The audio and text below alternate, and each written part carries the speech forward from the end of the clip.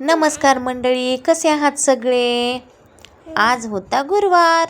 घरातली सगळी कामे आवरली आणि आम्ही गुरुवारी कुठे जातो हे आता तुम्हाला समजेलच. आम्ही आलो होतो तर साईबाबांच्या मंदिरात.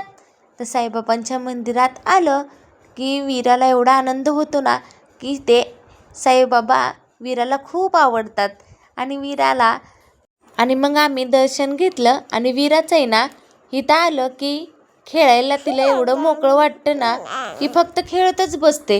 मग तिथून आम्ही देवाचं दर्शन घेतलं, छान असा प्रसाद घेतला आणि मनोभावे प्रार्थना केली.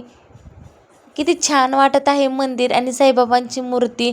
खरंच इथलं वातावरण एवढं सुंदर आहे ना, मनाला एवढी शांतता भेटते ना, खरंच खूपच भारी वाटतं इथं आल्यानंतर ना.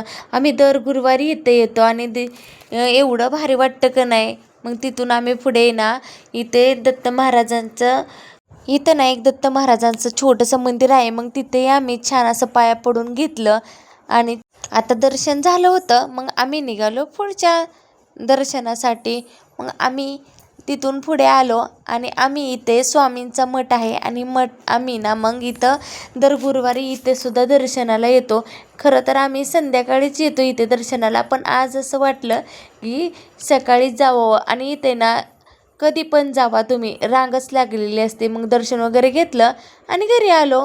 त्यानंतर संध्याकाळची वेळ होती आणि आज गुरुवार होता. मग प्रश्न पडला होता की प्रसादाला काय करावं. मग आज आम्ही बनवला होता गोड छान असा काजूचा शिरा.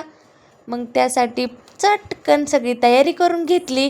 मस्तपैकी छान असं पाणी गरम करून त्यात साखर वगैरे टाकून छान असं साजूक तूप घातलं आणि थोडंसं हलवून घेतलं. मग त्यात 2 चमचे रवा घातला, कारण आपण नैवेद्यासाठी शिरा बनवत होतो. खरं तर शिरा फक्त छोटीलाच खूप आवडतं, मोठीला तर अजिबात आवडत नाही, का तर त्यात तूप असतं म्हणून ती अजिबात खात नाही. पहा किती छान आणि सुंदर झाला आहे.